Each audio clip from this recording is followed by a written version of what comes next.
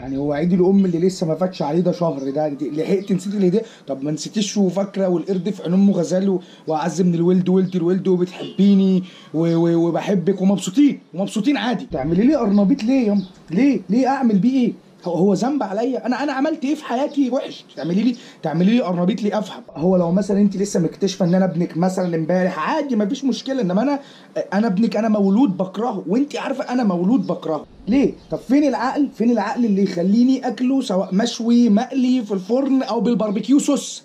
ليه؟ هو انا عندي امساك ليه؟ وفي فرض حصلت مره وكلته، تعملي لي في نفس اليوم والقاس؟ ده مفيش كده في الدنيا ورب العزه. ليه؟ وفتة العدس اللي انا كرهت الشتاء بسببها دي اكله مساجين، دي فالوحش انها هتدخل البيت انا والمصحف يما ما عارف انت عايزه ايه من معدتي. وما بحبش عصير الفراوله، عادي يا امي، عادي ما فيهاش حاجه. لما انا عندي حساسيه من الفراوله، ما بحبهاش ولا في عصير ولا تتاكل حاف ولا في سندوتشات. ما بحبش الفراوله عامه، مش هيحصل حاجه عادي لو احنا بطلنا نعمل عصير، مش هنموت ولا هم هيبطلوا يزرعوا فراوله.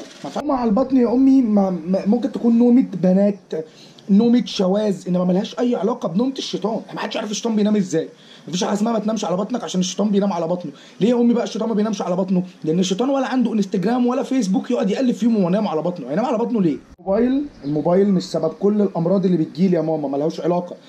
يعني انا ممكن عادي اعيا من كتره المذاكره، من قله المذاكره، اكتئاب، خنقه، من القرنبيط اللي عماله تاكلهوني عادي، انما من الموبايل مش السبب في كل. ولازم ياما تغيري فكرتك عن ان ال 20 جنيه دي هنزل اجيب بيها علبه سجاير واقعد على القهوه شيش حجر مثلا، واقوم واخد بعضي ونازل اجيب حشيش احطه جوه السجاير، وانا راجع اقوم معدي شويه بنات ترقص لي وانا بشرب السجاير اللي جواها حشيش. لا ياما، لا مفيش الكلام ده كان ممكن يبقى في 2001 مثلا.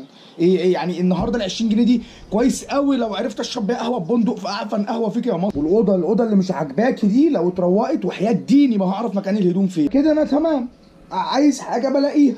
شرابات جنب اللاب، بنطلونات على السرير، قمصان على ظهر الكرسي، تيشيرتات على ايد الكرسي، بوكسراتي تحت الكرسي. يعني انا حياتي تتلخص في الكرسي ده. يعني بعد ما سستمت حياتي على الكرسي ده وحفظت كل اماكن هدومي، اروق كده عادي، انضف الاوضه كده عادي؟